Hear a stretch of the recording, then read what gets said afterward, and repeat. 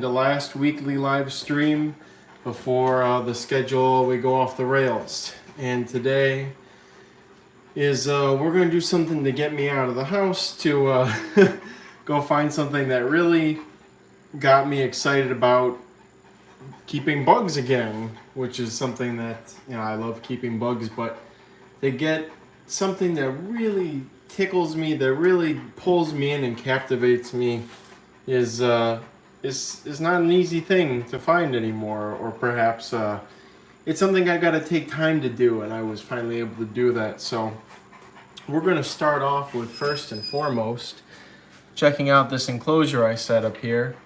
This is for pygmy mole crickets, as the live stream suggests, and I'll go over the story on these when we get a couple more people involved here. But I've had this set up for, I don't know, 4 days now, and trying to replicate the conditions they were found in. And although ideally it should be after nightfall that we look for them, we're going to go anyways because I want to get out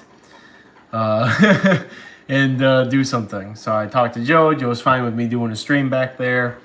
And another thing, which I don't know if we'll find them as reliably, are the pygmy grasshoppers, which are also in this setup, which are also where the pygmy mole crickets are. Say hello to Exotic Wilderness, Zero Cool Ninja, Circa, Jojo Bugs, Laura Taylor. We have the dogs who are upset they don't get to be outside while I'm down the street because they'll bark because they want to be with me. So, but anyways, yeah, so this is some moss taken from the collecting spot. You'll see I've tried to replicate the collecting conditions as best as possible. Joseph Tavere's here. Welcome. Zero Cool Ninja's working and watching. That's great. So we got just a 10-gallon. We got a bubbler to get a little bit of water movement, get some air humidity and some air movement through here while keeping the humidity in. We got a polycarb underneath the regular lid, bubbler going through the corner. We got an underlay to keep small stuff in, like the pygmy grasshoppers and the pygmy mole crickets, and also some neat little carabids. I'm probably going to try and grab some more of those because when I put them in the setup, they all flew out. I didn't have the lid ready yet. So we've got some mosses. What grass is that? It's a rush, I think. I think it's path rush or something else, but it's just something that popped up. So we're going to go look at the microcosm that is the Joasis, Joe's artificial pond that brought in a bunch of cool things. But so take some notes on what you all see here. This is, again, my attempt at recreating what we're going to see. Can we see a pygmy grasshopper before we go, just in case we can't find any? Yeah, we can, actually. We can. Let's see if I can get it in focus. There we go. Wow, that might actually be coming out in pretty good focus. Can everybody see that? The pygmy grasshopper there, is it as good a quality for everybody else as it is for me? We will eventually lose Wi-Fi connection, so there's that too. So the quality will go down. I don't know how that's going to affect things, but at least I have some deli cups to put stuff into that we can look at things in. But there's one of the pygmy grasshoppers as a nymph, and some of them are really cool. They've got like red markings on them and minty green and whatnot. You can see he's on that piece of moss right there. And that seems to be what they eat. They might also eat the detritus around the moss. But yeah, really cool. Thought it might be a kind of easy thing to... Can you show us a quick look at the native garden on your way out? Oh yeah, we can take a look at that on the way out. So without further ado, we're going to head out and say bye to everybody. Go through the living room, what remains of it. Ignore all the stuff that's going out to the other property. Tomorrow, fun. I can't hear what's in there. In the enclosure was, oh, he's looking for something else to respond. Gotta put trash out. So we'll take a quick look out here. Really still popping off. A lot of white snake root this year. Lots of that. And it is dry. It is so freaking dry. And this still looks good out here. The back is not holding up quite as good as the front is. Some New England aster. This is just a annual sunflower I've been working on for a couple of years. Have lots of flower heads, and I'm kind of liking this whole purple stem aesthetic, or purplish stem. Oh, Man's outside. Hey, Man. Hi, how you doing? You having a good time? She probably won't follow us, but I could be wrong. Here's the wiring I gotta take out to the other property tomorrow. Milkweeds are blasting off.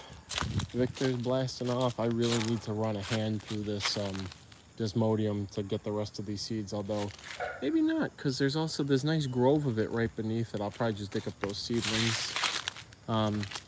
Yeah, it's kind of crazy how it's basically fall now with everything. Those look like aromatic asters blooming. You know, it's not, it's a little early for asters, but it's just so hot and dry. It must be pushing everything along. You can see the beauty of my neighbor's lawn get nice and burnt out there. And catalpa doesn't seem too poorly affected. It's also a bumper crop year, I think, for oaks. They're really dropping lots of acorns and nice, beautiful sun through the clouds there. We really like that. Our tuberosa seeding yet, need to collect seeds from those yellow ones. Yeah, it's somewhere past this desmodium. I think it's right there actually. So seed pods are forming, they're gonna bust open soon. Just remind me, Exotic Wilderness, to grab you some seeds from that. Did my other special guy produce anything? I can't really tell. This desmodium is just so all over the place this year. I can't tell if my my Crimson King produced seeds or not. Hello, Mon, yes. Thank you for joining us. Yeah, I can't really tell if it went to stand. Yeah, it's got pods. Anyways, let's continue onwards to Joe's, and I don't know if Mon will join us, but yeah, it's really dry. I seen a lot of shrews lately too. I'm wondering if that's why I'm not seeing as many grasshoppers and not as many miscellaneous bugs. If the shrew population is to blame for that, could be. But all right, cottonwoods are dropping ballast already. I'm kind of surprised that the walnuts haven't. A lot of the walnuts haven't really dropped a lot of leaves yet, because I would think that they should be casting them off pretty soon. They're one of the first to really go. This tree is really dropping leaves, getting ready to. It's kind of, I do come outside and I usually walk to, it comes over, but I still, I don't know, it's just, when I'm narrating what's going on, it's a different story with how many things are getting into fall mode. Look at all the large milkweed bugs. I think somebody maybe wanted these. If somebody's watching and you want some of these, let me know. I'm ridiculously busy, so I would ask a little bit to just collect them, but there's enough that, you know, it's not going to be anything major. I just want something for my time. But yeah, they're all over. Maybe it was lizard beans who wanted them. There's more of them over here on the butterfly weed. I usually associate them with butterfly weed. Aha, there we go. I like to call butterfly weed the plant so nice it. We'll wait for the plane to go over before I make my commentary. Yeah. All right. Butterfly weed. Is the plant so nice it blooms twice, because you get the actual flowers and then you get all the orange milkweed bugs all over it as the quote-unquote second bloom. A lot of them over here too. And they'll kind of all start molting to adulthood, and then they'll just be gone one day. They'll just take off. Showy goldenrod's looking nice. It's just so dry, but this dry loving stuff's kind of unaffected. Wow, stiff goldenrod's already going to seed. Little blue stem's going to seed. Pretty crazy. Is that a deer path through there? Kind of looks like it, where all that foliage is flattened. Looks like the deer come from over there and go straight through there. Salvia azurea going pretty hard. Yeah, wow. The more I'm forced to look at things, the more I realize just how fall-like it's all becoming. Some stuff's really green, though. The standing cypress rosettes are really nice. All the agassiz, the wafer ash, looking good. It's still forcing out new growth. That's pretty cool. I like seeing stuff that's still trying to grow later in the year. It makes me happy. Makes me feel like if there was an ice age, things wouldn't be screwed. So I like Exotic Wilderness. Yeah, you make mental notes, because when we do our seed collecting day, you can grab whatever you want, basically. Here we are at Joe's house, the Joe Oasis in the backyard, which we will be going to look for our beloved pygmy mole crickets. Oh, there goes some geese. It's just like a fall stereotype here. Just a huge fall stereotype right in the V formation.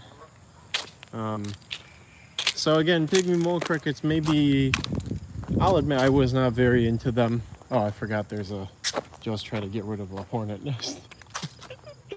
I think it worked. I wasn't, my friend Brandon Thomas really wanted to see them, and I was just sort of like, yeah, that seems kind of cool, but you know, nothing really caught me about them. And then when we actually found them and Will identified them, I was like, wow, these are crazy. They're semi-aquatic, or they live in like super moist areas. They can't use their back legs. Their back legs are non-functional for walking, so they crawl around on four legs. And they can actually jump on the surface of the water using just the surface tension.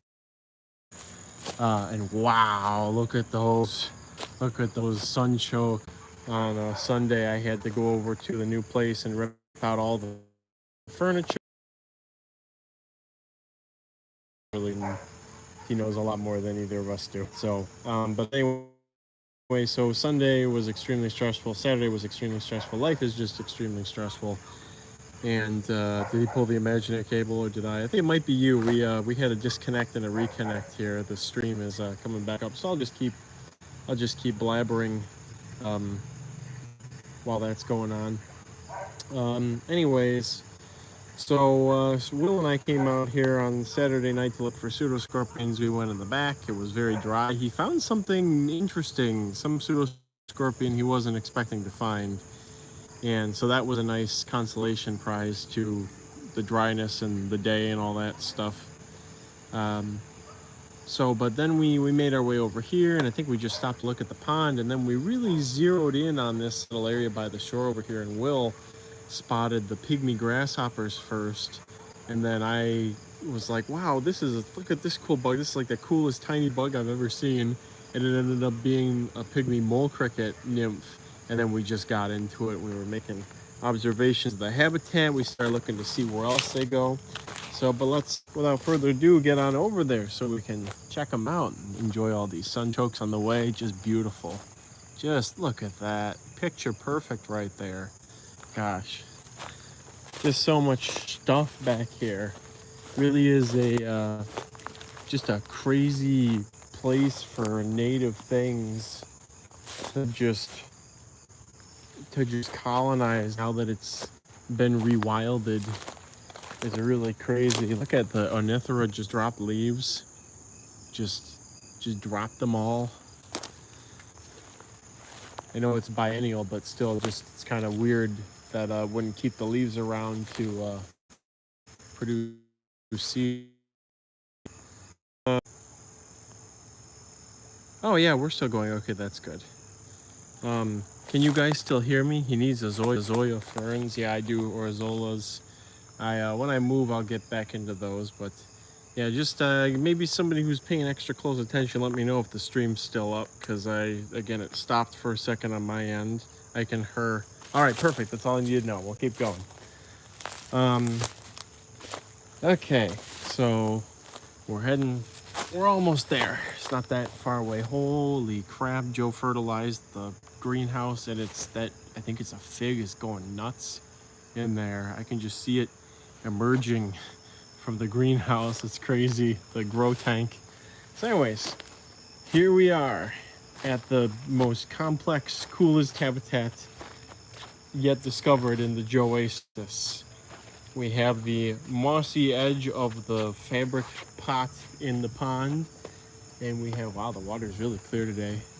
Joe didn't add those goldfish on purpose. Those came in as eggs on, I think, his water hyacinths, and he's not the most thrilled about that, but he's accepted it.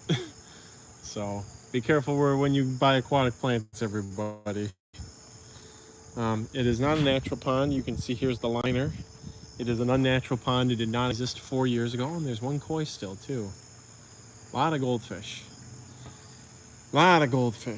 And decreasing number of the red-bellied daces, but maybe the size will go up because of that. But anyways, that's not why we're here. We are here because of this beautiful microhabitat here, which is the home of the pygmy mole cricket. And to my right is the home of the pygmy grasshopper. I brought my headlamp. We're gonna hopefully find some stuff, but we're gonna just look at some, tell Joe to throw in some native minnows. The southern red-bellied dace are native. He was being very careful with what he stocked the pond with, but again, you can't help if it came in on plants. It really can't be helped. So anyways, we're gonna hopefully find some pygmy mole crickets. They're here. We just gotta look around for them, and hopefully they'll be easier to find even though it's daytime. But this is the habitat for anybody who wants to try and raise some. You all saw how I set up the enclosure at home. It's just the sand accumulation. There's some algae, cyanobacteria, wash up, whatever. And if you look at the sand, it's got this unique texture to it. And that's actually from the pygmy mole crickets. I think they're either from them kicking it out while they're building their burrows, or they're eating stuff and pooping it out, and it's basically a weird sand soil mixture. And that's why it's got that weird kind of fluffed up look to it. Here's some of those carabids I was talking about. I do want to kind of get a couple of those and see what they do in the setup. I have no idea what they eat, but another thing we noticed is we can't really find any springtails in this habitat. For some reason, it's just void of springtails. Even terrestrial ones that would get like washed in or something, it doesn't seem to have. Might be the weather, might be something to do with succession and how things got to the pond in the first place. But I'm gonna go ahead and get my containers out because both the grasshoppers and the mole crickets are very good jumpers. So I'm just gonna get these at the ready just in case. We'll go for the grasshoppers first because they were harder to find once disturbed the other day. And you can see where I scraped off a little bit of the moss. Hopefully not too crazy of habitat destruction, but looking for just little signs of movement. Look, oh, is that one? Looking for things that look slightly like they don't belong here. It's I think that might be one right there. Is it? I think. Then the other problem is you get some of these spiders and stuff. But I think that is one right where I'm looking at. I'm gonna try and. No, it's wait, no, it's not. It is and it isn't. It is an exuvia from a pygmy grasshopper right there is what you're looking at. Very weird. You look at night. Mississippi mud minnows, I love them. They're like miniature bowfin, which I know have a bad rep, but they have some really cool biology and behavior. I have central mud minnows in my mud backwater pond ground thing in my yard, and I do really like them. I would like to have them in a water feature in the future. Nifty fish. Do they generally burrow into the moss? I don't think they burrow. They just sit and be cryptic on it. But again, this was not here before, so they're here. It's just a matter also whether or not they're still nymphs and kind of easy to catch, or if they occurred. But again, perfect camouflage with the moss side, and I think the reason why we could see them out at night is obviously they feel safe and they come out to graze, so you can see them kind of moving around slightly on the surface of the moss. But look at this little liverwort right here. Neat little liverwort among the mosses there. Not sure what kind, but that's pretty cool. This fabric stuff is just great for growing moss. You can see Joe has done no work, and it's just grown this beautiful mini moss dominated ecosystem that's so cool. We'll keep looking around the side. Oh, guys, I see one. Okay, I'm gonna try and zoom in and show it off before I go in for the kill, but there it is right there. not a very aesthetic one. He's not really fully committed to the moss vibe thing. But it's a pygmy grasshopper nonetheless. So it must be captured. So we're gonna give this a go. I'm gonna put the phone down. I'm gonna try putting the cup behind it and making it jump into the cup. So let's see how this goes.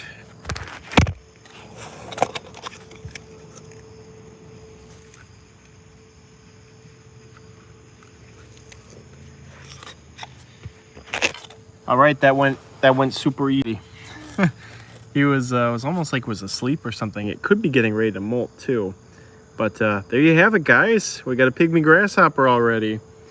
And for those of you who are trying to find these, again, it's reported moist riparian areas. I think you can kind of find some quiet backwater. Oh, guys, did anybody just see that?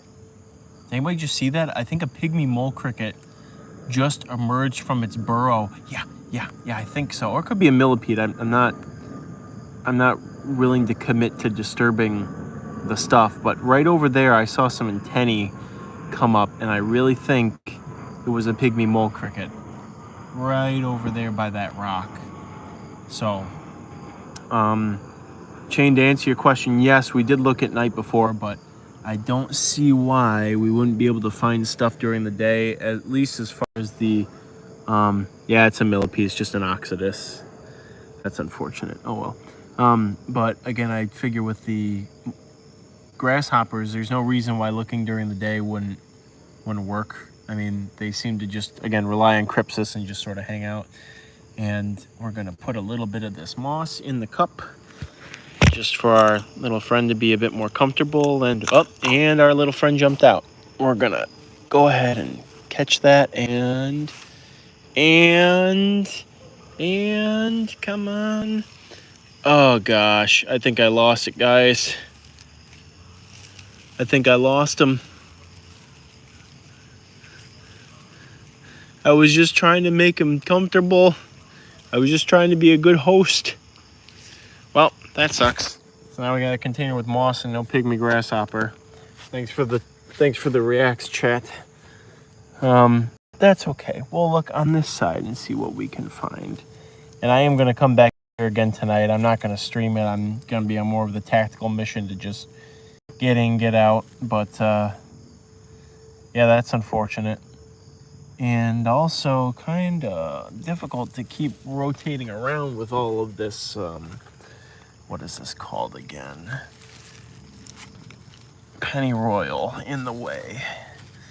But I was wondering if the matrix that the pennyroyal makes among the rocks was helpful for the pygmy mole crickets to make their little tunnels through. So anybody here? That's another thing I'm hoping with these pygmy grasshoppers. They seem to be getting pretty far along in their life cycle, and I'm wondering if I were to come here too late in the year, if they'd be adults and they'd be dispersing off of their feeding zone, which I'm imagining is what this is. Yeah, look at all that moss. That is something. Again, this is a 100% artificial ecosystem, and you would never think you'd find such cool bugs here, and yet here we are, looking for stuff I don't really see elsewhere often. Well, let's try looking for some pygmy mole crickets. We'll shift gears here and hopefully have more consistent results. I do like the little liverworts. I wonder if they stay that small in all conditions, says Chain. I have a feeling that's one I've seen before that gets larger, but what do you feed them? I grab moss from here. I think that the pygmy mole crickets are eating just detritus and whatever they can find. You know, there's some bird poop here, which is probably some nice extra nutrition. And the grasshoppers are definitely eating either the lichen or the moss or the little buildup underneath it. They may just like mossy stuff. May not be a particular part of the moss. So see if maybe Any more grasshoppers? Again, I may have to look at that moss up there. That's real nice. I may have to really cross my fingers when I come out here at night that my... ooh. Wait a minute, chat. Wait a minute. We got 2 of them in this little cove here. Look at that. 2 pygmy grasshoppers at least just hanging out. So maybe they do seek shelter kind of during the daytime. So I gotta try and catch those for sure. I think what I'm gonna do is I'm gonna get an empty cup and kind of again wiggle it into there and then just pull it out and put my hand over it as fast as I can. So here we go. Wish me luck, guys.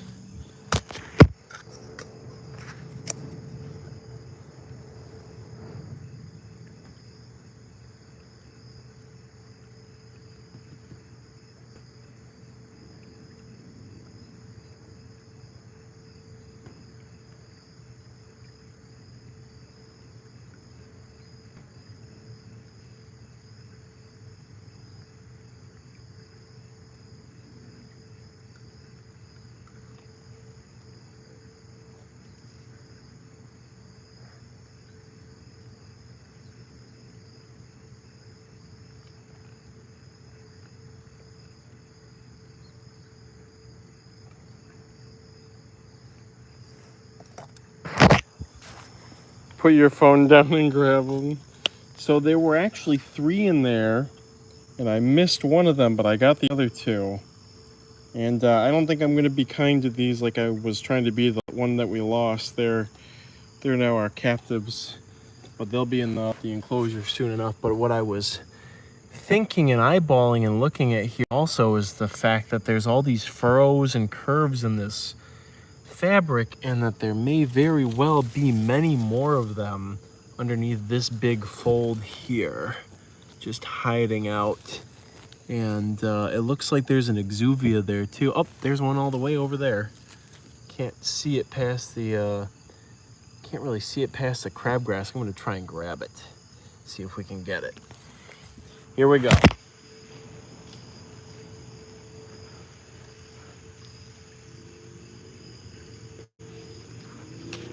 I got him. Okay, into the container with the other 2 real quick. All right, we're what, 3 for 5? That's pretty good odds. I'll take them odds. There we go. Hi Kyle, this stream looks fun. Thanks, LC. A small piece of plastic cutting board or similar material would be good to slide behind the cup as you pull it away. Yeah, the only problem with doing that is sometimes you end up squishing stuff with that sort of technique in my experience. So, but what I learned with these the first time is if you're just catching one of them, you can pick them up. They're actually surprisingly sturdy. They're pretty like crispy, I guess. They're not fragile like you would think from something of this size. So, but there we go. We got them, guys. 3 pygmy grasshoppers. I love these things. Show just popped in. How many of you found?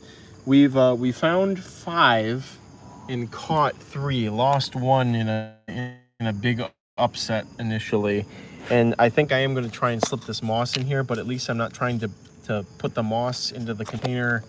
I got this, guys. Don't worry. At least I think I got this.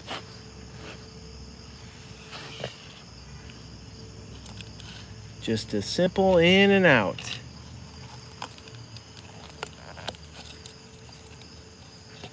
All right, there we go. We got our pygmy grasshoppers. We got our moss for them to feed on. Everything's right with the world.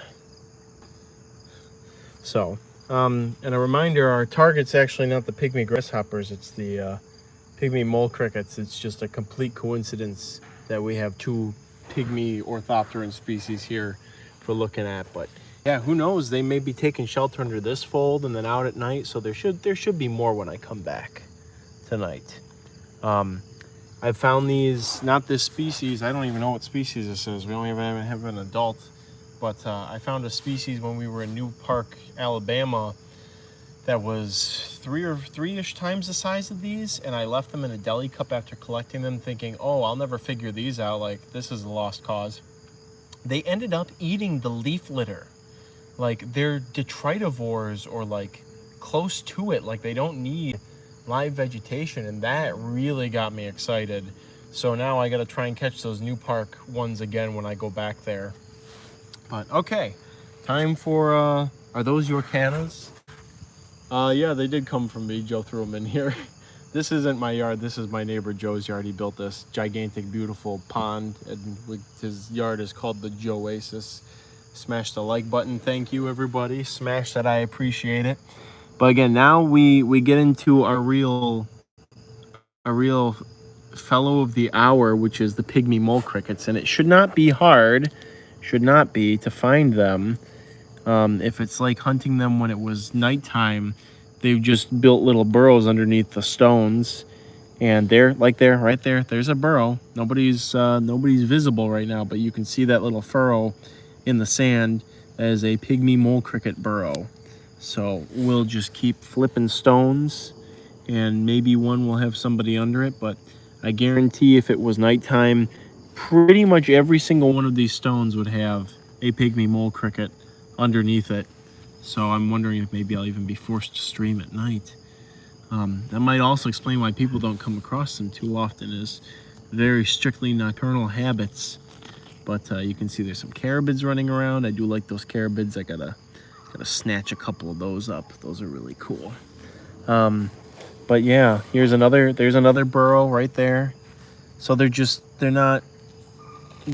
down in the burrow right now, somewhere deeper that we can't see them, and they must come up at night. Oh, is that one right there? I thought I saw a little head poking up. No, it's a carabid. Again, we'll keep flipping, and maybe somebody's on a different schedule or spent the night really close to the surface. But yeah, you can see they're tunneling through this wet sand. Oh, yep, we got them, guys. We got them. Here we are. We've got one that looks freshly molted. We've got one that's a little bit older. Now watch this thing move. Watch it move. You'll notice they don't use their rear legs to move. They're just dragging them along behind them and just using their front two pairs of legs. There you go. You get to witness the burrowing in action. And the adults are pretty sizable. They're about 2 centimeters. No, not 2 centimeters. Sorry. Let's see. About a centimeter, maybe a little bit more. There's one. This is, again, we were just looking around and we saw this thing, and I was like, that is one of the coolest bugs I have like seen in a long time. Like, look at that thing. It's crazy. It's a weird shape, weird colors, and then just learning all the biology and then all this stuff about them just really put the icing on the cake. But we found them, guys. We'll see if we can find an adult, but I am gonna make it jump. Watch how these things can go. Let's see if he'll jump, or you just go back down into the burrow. And just go back down in the burrow. Oh, there it goes. Oh, geez, all the way over here. It's pretty crazy. They're just built to, and there he goes again. They are just built for maximum distance traveled when they do that. It's so cool. Let's see, maybe we can let's see if we find another one. We got lucky once, we can do it again. It's also kind of cool. You lift the rock and they just kind of pop out. That's kind of nifty. But we really got lucky with that one to have 3 of them under it. Chain says, I put some on packed clay and they're really effective diggers. They put actual moles to shame. Chain, have you had them going for a while? Have you gotten any breeding or things like that? Because I suspect it shouldn't be too hard. And again, with an orthopteran, it's September. They're small. They're probably pretty fast growing. I would imagine it's not difficult to get generations pretty quickly. And here we go. Another one right in, I don't know what that sound was. Another one right in the tunnel. Again, this looks like a freshly molted one. And there he goes. You can see there's the tunnel entrance. Just a little tunnel, just a little wet tunnel under a stone. And here it is, right there. At this beautiful little mini ecosystem with Couple of big players. Look at these carabids over here. I don't know what they're eating or what they're doing, but I feel like they could be useful and maybe easy to propagate. But yeah, look at this. And this is the sand has the liner under it too. They can't go so deep. Like they're kind of, whoop, there he goes. They're kind of stuck with the depth of the, however the depth of the sand is here. And look at all the carabids coming out as it's darker. They're just really starting to come to life. Maybe I'll grab a couple of those to bring home. I was gonna wait until I came back at night, but I mean, they're just so abundant right now. Kind of a shame not to. Now, the other curious question is, and important for the husbandry, I would say. Ooh, what is that? It's like a dytiscid larva, maybe, or a midge. Yeah, probably a midge. So many cool things. What's the temp where you are right now? I think it's, guys, another freaking pygmy grasshopper nymph right there. Shoot.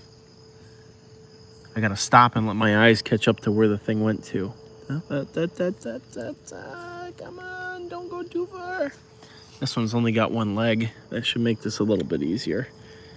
Get him out on the, get him out of the stuff that looks like him and try to capture as gently as possible. And I lost him. Probably should have put the phone down, but again, I'm pretty content with what we found. It's not like I'm not coming back here tonight. So anyways, pygmy mole crickets. Yeah, the it's 70s ish, and I mean, it's been very warm lately. It's been very dry. We haven't gotten much rain. And they're just, again, they're here. I'm just, the thing I'm most curious about is what is the threshold for them? Like, well, I wouldn't find them this close to the water, would I? Like, they're not that far into the water, but what about this stone right here? Oh, another pygmy grasshopper. Just undercover. Shoot, shoot, shoot, shoot, shoot. Okay, we're gonna learn from last time. I'm putting the phone down, guys. Don't worry, I'm gonna get him. Almost got him. Jeez, these things are good jumpers. Where did you go? I just saw you like a second ago.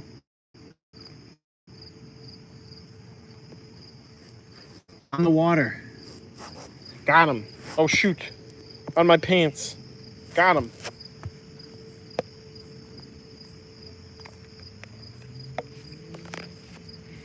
All right, +1 to the pygmy grasshopper count, and again under a leaf. Let's see anybody hiding here. Now, I'm going to be paranoid. I'm going to check all this stuff for these guys. Double Z. Oh, what's up, Kyle? We're looking for pygmy grasshoppers and pygmy mole crickets, and we're doing a great job at finding both of them. But yeah, again, I ponder where's the line in the sand drawn for where I will and will not find pygmy mole crickets here, you know? Is it further down? Okay, there's one that just ducked into the tunnel. I'm gonna try and scooch him out. Looks like yeah, that's an adult right there. Look at that. We got an adult, and right down the other side of the tunnel, just scooched right on backwards into the tunnel. See if we can back out and maybe convince them to go forward again for a nice, just a quick look. I would feel bad about messing with their tunnels, but given the fact that all they do is burrow, I don't have much. Whoa, there we go. Right there, everybody. There's your adult pygmy mole cricket. Now let's onto the water, and hopefully nothing comes up to get it. I'm hoping we can watch the jumping on the water behavior, but when they're just swimming, they're not the best at it. See, there's the four-legged stroke, and well, we'll give him a hand, I guess. Watch, the second I try to catch it, it's gonna jump all over. There we go. That's good. Look at this thing. Look at this crazy creature. Again, can't even use the back legs to walk. They're so highly modified, it can only use the front four legs. And I think I see an ovipositor there, so I should probably catch this individual because it might be a female. So, I'm gonna catch this. Excuse me for a second, everybody. Oh, my container rolled away, just great.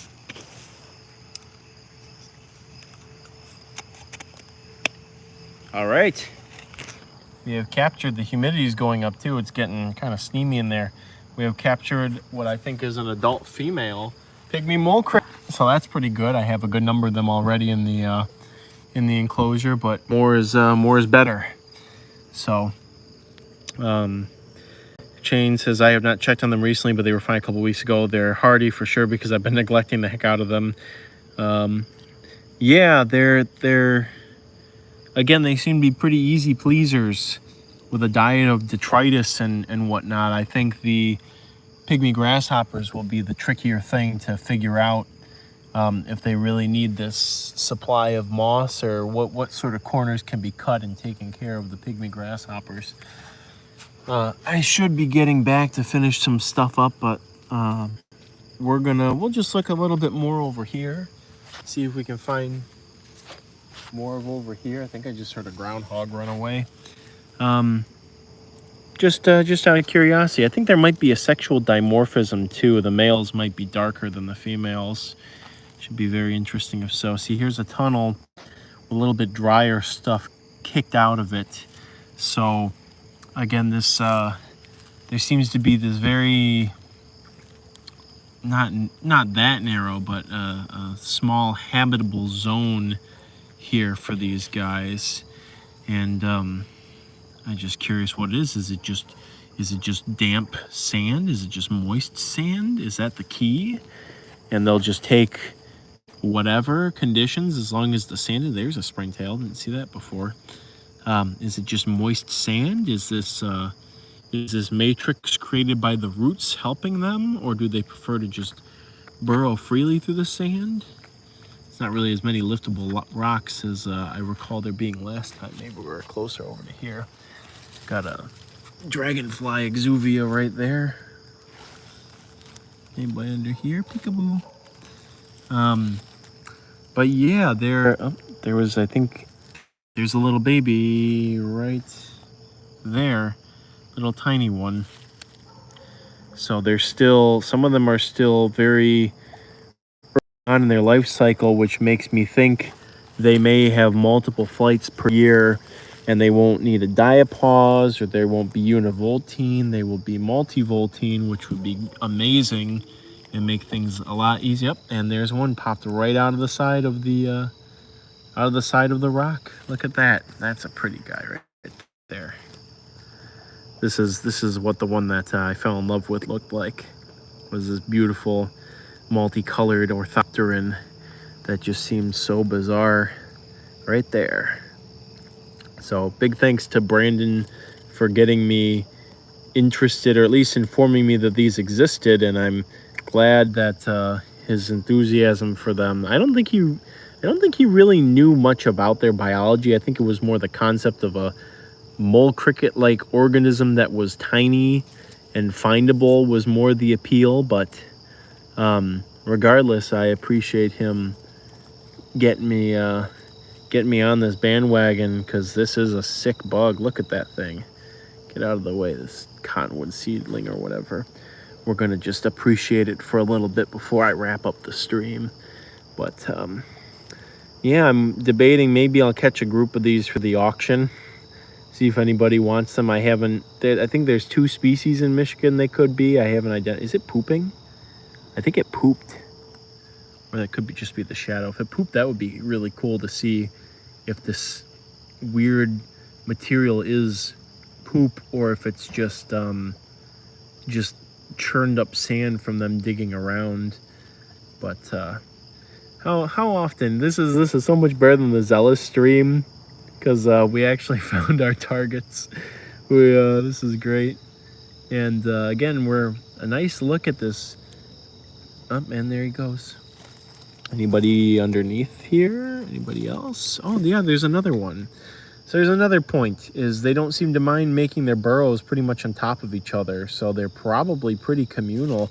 Oh, and there's another one in that burrow. Look at that. This just screams fun thing to keep. Just look at that thing. Look at it. Look at him go. You'll love to see it. We'll put the rock back on there though for now. There we go.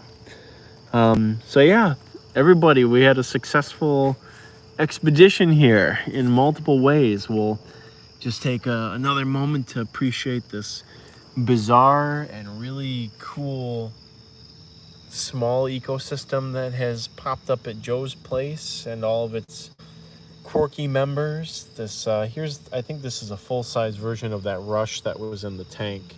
If anybody can identify this, I think Path Rush might be a candidate. It's very weedy. It's that's my guess, but that's also not very well informed. I am not into rushes all that much. I just know that that one is small and found in disturbed habitats, but I am hoping it's going to make a nice terrarium specimen. I'm hoping the light will be enough and it'll be hardy enough to grow in those conditions and just add a little extra something. But I'm gonna have to flip all these pieces of leaves to look for pygmy grasshoppers. This has been lovely, everybody. I'm glad. And you know, again, we got. We'll take care of some business. We got the end of Roach Evangelion stream coming up next Thursday, the last weekly general, and then the format will be ending until my life stabilizes. But I'm expecting we'll do more stuff like this. I'll just decide to up and go out and find some bug or do some bug work and start streaming. It is a format I am becoming more and more fond of, but you know, I would like to get back to the wiggle, but it's nice when we have a subject like this where we have good results finding it. And I know there's not really anybody else going out there doing live streams about pygmy grasshoppers and mole crickets. And most importantly, I hope anybody who wants to keep these, you have a better idea of where and how to look to find them. Oh, another pygmy grasshopper right there. Look at that. It came out from underneath the moss.